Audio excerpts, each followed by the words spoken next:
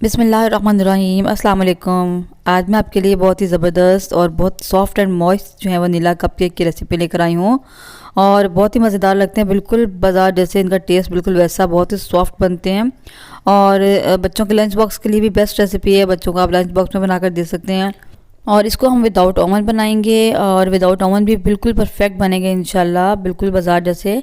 तो चले आएँ बगैर किसी देर के जो है अपनी रेसिपी शुरू कर लेते हैं।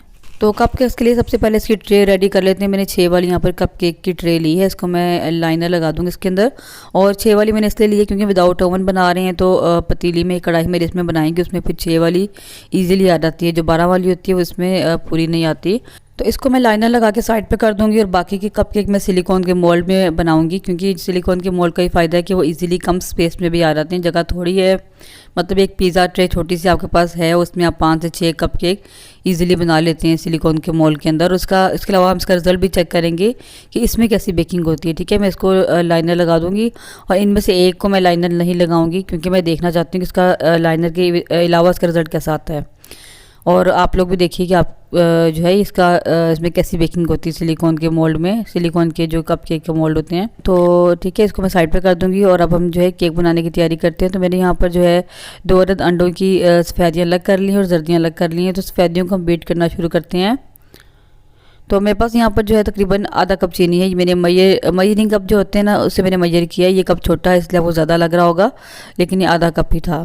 और इसको बीट करना शुरू करेंगे सफ़ेदियों को और इतनी देर बीट करेंगे कि जो है फोम बन जाए, झाग बन जाए। और जब झाग बनेगी तो उसके बाद हम इसमें चीनी शामिल करना शुरू करेंगे। देखिए यहाँ पर झाग बन गई है। तो अब हम चीनी को चम्मच की मदद से डालते जाएंगे थोड़ा थोड़ा और इसको जो है बीट करते जाएंगे। ठीक है, मैं पूरी चीनी इसमें नहीं डालूंगी, आधी चीनी मैं इसमें डालूंगी और आधी चीनी को हम बचा लेंगे। ये मेरे पास पिसी हुई चीनी थी, आइसिंग शुगर आप ले सकते हैं, कोई सी भी चीनी ले सकते हैं। ठीक है, तो इसको मैं इसमें एक एक चम्मच करके डालती जाऊंगी। और ये देखिए यहाँ पर मैंने आधा कप चीनी इसमें डाल ली है, यानी आधा कप था उसमें से आधी चीनी मैंने इसमें डाल ली है और ये स्टिफ पीक्स बन गए, इस तरह की जो है कंडीशन हो गई है। तो बस इसको यहाँ पर स्टॉप कर देंगे और अब हम जो अपनी जर्दियाँ ले लेंगे, जो हमने 2 जर्दियाँ अलग की थी, और जर्दियों को भी हम इसी तरीके से बीट करेंगे। अच्छा, आप चाहें तो डायरेक्ट भी डाल सकते हैं, लेकिन इसका ये फ़ायदा होता है इस तरीके से जर्दियों को बीट करने से कि ये भी फ्लफ़ी हो जाती हैं और फिर आपकी एक तो क्वांटिटी ज़्यादा हो जाती है और एक आपका केक बहुत सॉफ्ट बनता है। ठीक है, मैं एक बार चीनी को इसमें डाल के मिक्स कर लूँगी ताकि ये उड़े नहीं बीट करते हुए। और थोड़ा सा मिक्स करने के बाद हम इसको बीट करना शुरू करेंगे। आप देखिएगा ये भी थोड़ी सी फ्लफ़ी हो जाएंगी और इसको हमने इतनी देर बीट करना है कि ये जो है इसका कलर लाइट हो जाए काफ़ी हद तक और ये फूल जाएँ। तो आपको खुद ही आइडिया हो जाएगा कि ये जो है काफ़ी हद तक लाइट कलर में आ चुकी हैं। तो देखिए माशाल्लाह जर्दियाँ भी काफ़ी हद तक फूल गई हैं और इनका कलर कितना लाइट हो गया है। जैसे अब मैं इसमें डालूंगी 1 टीस्पून वनीला एसेंस और 2-3 कतरे में इसमें लेमन एसेंस के डालूंगी। लेमन एसेंस हो तो आप ज़रूर डाला करें, इससे बिल्कुल बेकरी वाला फ्लेवर आता है। इसको थोड़ा सा बस बीट करेंगे। अच्छा, आप पूरे अंडों को इकट्ठे भी चीनी डालकर आप बीट कर सकते हैं, लेकिन उसमें ज़रा लंबा प्रोसेस होता है, इस तरह सफ़ेदियाँ बहुत जल्दी बीट हो जाती हैं और ज़्यादा अच्छे तरीके से फूलती हैं। ठीक है, तो अब मैं ये जर्दियों वाला मिक्सर इसमें डाल दूंगी और साथ ही मेरे पास यहाँ पर आधा कप ऑयल है। ये भी मैंने मेजरिंग कप से मेजर किया था। तो सब चीज़ें मैंने एक ही कप से मेजर की हैं। थोड़ा थोड़ा ऑयल डालते जाएंगे, उसको बीट करते जाएंगे। ठीक है, जर्दियाँ डालने के बाद साथ ही ऑयल डाल देंगे ताकि सब काम इकट्ठा ही हो जाए, इकट्ठा ही बीटिंग हो जाए, ताकि हमें जो है बहुत ज़्यादा मिक्स ना करना पड़े। तो बस ऑयल डालकर इसको अच्छे से मिक्स कर लेंगे, लेकिन ओवर मिक्स नहीं करेंगे, बस इतना हमने मिक्स करना है कि ऑयल अच्छे से मिक्स हो जाए। और यहाँ पर बीटर का काम खत्म हो गया है। उसके बाद मैंने यहाँ पर लिया है 1 कप मैदा और इसको मैं छलनी में डाल दूँगी और इसके अंदर डालेंगे 1 टीस्पून बेकिंग पाउडर और चुटकी भर इसमें डालूंगी मैं नमक और इसको हम छान लेंगे। छान कर डालने से क्या होता है, जो आपका है केक है ना, वो और ज़्यादा अच्छे तरीके से फूल जाता है। और इसको हम फोल्ड कर लेंगे। मैंने आधा मैदा डाला है, इसको फोल्ड करेंगे हल्के हाथ से और 2 बैच में करके मैं मैदा डालूंगी ताकि इसमें गुठलियाँ ना बन जाएं। तो सारा मैदा मैंने इसमें डाल दिया, इसको हल्के हाथ से फोल्ड कर लेंगे और हल्के हाथ से करना है, लेकिन अच्छे तरीके से फोल्ड करना ताकि कोई लम्स या कोई गुठलियाँ अंदर ना हो। तो यहाँ पर मैं इसमें डाल रही हूँ 2 टेबलस्पून मिल्क, दूध, ये रूम टेम्परेचर पे है। तो दूध आप देख लीजिएगा अपने रिक्वायरमेंट के मुताबिक, जितना आपको ज़रूरत हो, जितना आपको थिक लगे और बैटर आपका उस लिहाज से आपने डालना है। तो यहाँ मैंने 1 चम्मच मजीद इसमें डाला था और मैं आपको दिखा देती हूँ आगे इसकी कंसिस्टेंसी कैसी है इस बैटर की और आपने इसको कैसा रखना है। ठीक है, उसके मुताबिक आप जो है दूध डालिएगा।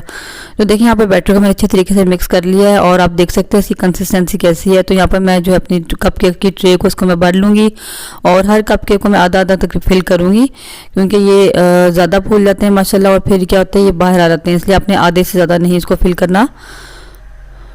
तो सारे मैंने कप केक के फिल कर लिया। ट्रे को मैं इसको टैप करूँगी और उसको मैं साइड पे कर दूँगी। उसके बाद जो सिलिकॉन के मोल्ड है ना उनको फिल कर लेंगे। अच्छा, सिलिकॉन के मोल्ड को आपने डायरेक्ट फिल नहीं करना, आपने इसको पहले जिस चीज़ में बेक करना है, पिज़्ज़ा ट्रे या कोई भी प्लेट होगी उसके ऊपर आपने रखना है, उसके बाद फिल करना है, क्योंकि इनको फिल करने के बाद उठाना मुश्किल हो जाता है क्योंकि ये काफ़ी नरम होते हैं।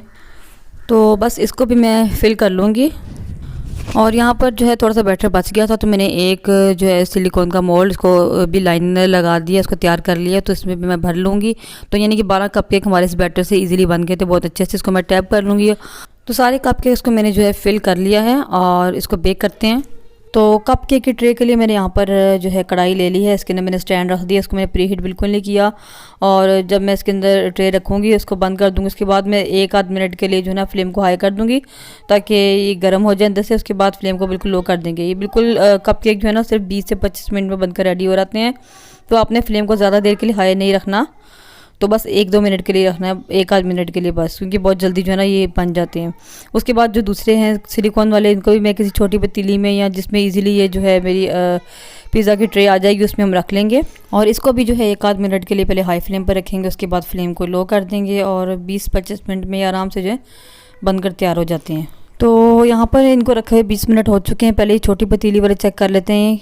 तो बीच में मैंने जो है ना 1 आध दफ़ा पहले चेक भी किया था। तो मैंने आपको पहले भी बताया कि मैं 1-2 बार चेक कर लेती हूँ केक को, कुछ भी नहीं होता। तो देखिए ये बिल्कुल बनकर तैयार हो गए हैं, क्योंकि हमारी जो था केक टेस्टर था वो बिल्कुल क्लीन निकल कर आ रहा था, बैटर बिल्कुल नहीं लगा हुआ साथ, और ऊपर कलर भी कितना ज़बरदस्त आया है माशाल्लाह।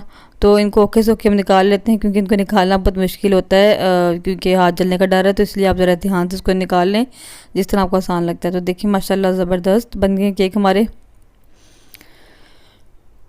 तो बाकी के मैं इसी तरीके से निकाल लूँगी, आपको जैसे इजी लगता है आप उस तरह इसको निकाल सकते हैं। तो देखिए ये 6 कप केक हमारे बनकर तैयार हो गए हैं। अब दूसरे वाले भी चेक कर लेते हैं कि उनकी क्या सूरत हाल है, वो बनकर तैयार हुए हैं कि नहीं। तो देखिए माशाल्लाह बिल्कुल अच्छे से फूल चुके हैं, लेकिन इन पर अभी कलर नहीं आया। तो हम एक बार चेक कर लेते हैं कि ये अंदर से कच्चे हैं, ये पक चुके हैं। तो देखिए ये भी बिल्कुल स्टिक हमारी क्लीन आई है, इसका मतलब ये पक चुके हैं। लेकिन मुझे ऊपर कलर चाहिए था, तो मैं इसको 1-2 मिनट के लिए हाई फ्लेम पर रख दूँगी ताकि ऊपर अच्छे से कलर आ जाए। तो अगर आप कलर देना चाहते हैं तो ठीक है, अगर नहीं देना चाहते तो जिस तरह मैंने पहले बगैर कलर के थे ऊपर से, आप ऐसे भी इनको उतार सकते हैं। तो मैंने ऊपर कलर देना था तो मैंने इनको 1 आध मिनट के लिए हाई फ्लेम पर रख दिया। तो देखिए माशाल्लाह हमारे सारे कप केक बनकर तैयार हो गए। मैं इनको निकाल कर कूलिंग रैक पे रख दूँगी। तो बहुत ही ज़बरदस्त बने थे माशाल्लाह। तो मैं आपको इनको जो है तोड़ कर भी चेक करवाऊँगी कि इनका टेक्सचर कैसा है, और दोनों जो हैं दोनों तरह के कप केक दिखाऊँगी कि दोनों में क्या फ़र्क है, ठीक है। तो ये पहले हम जो हमने कप केक की ट्रे में बनाया था वो वाला चेक कर लेते हैं। देखिए माशाल्लाह कितना ज़बरदस्त कलर आया, विदाउट ओवन भी कितने अच्छे बने माशाल्लाह। रेसिपी को अगर आप जो है परफेक्ट फॉलो करें, बिल्कुल ठीक तरीके से आप देखें, पूरी वीडियो वॉच करें, तो आप भी बिल्कुल ऐसे कप केक बना सकते हैं घर पर। तो अब मैं आपको दूसरा वाला भी चेक करवाती हूँ, ये जो हमने बनाया था सिलिकॉन के मोल्ड में। तो देखिए माशाल्लाह इसका कलर बिल्कुल परफेक्ट आया है और माशाल्लाह ज़बरदस्त, ये भी बिल्कुल वैसे ही थे, वैसे ही सॉफ्ट बने और बहुत अच्छा रिज़ल्ट आया है। तो ये थी मेरी आज की रेसिपी। मुझे उम्मीद है कि आपको पसंद आई होगी। वीडियो अच्छी लगे तो लाइक ज़रूर कर दिया करें, इतना तो हमारा हक बनता है ना इतनी मेहनत के बाद। तो उसके अलावा वीडियो को शेयर ज़रूर किया करें।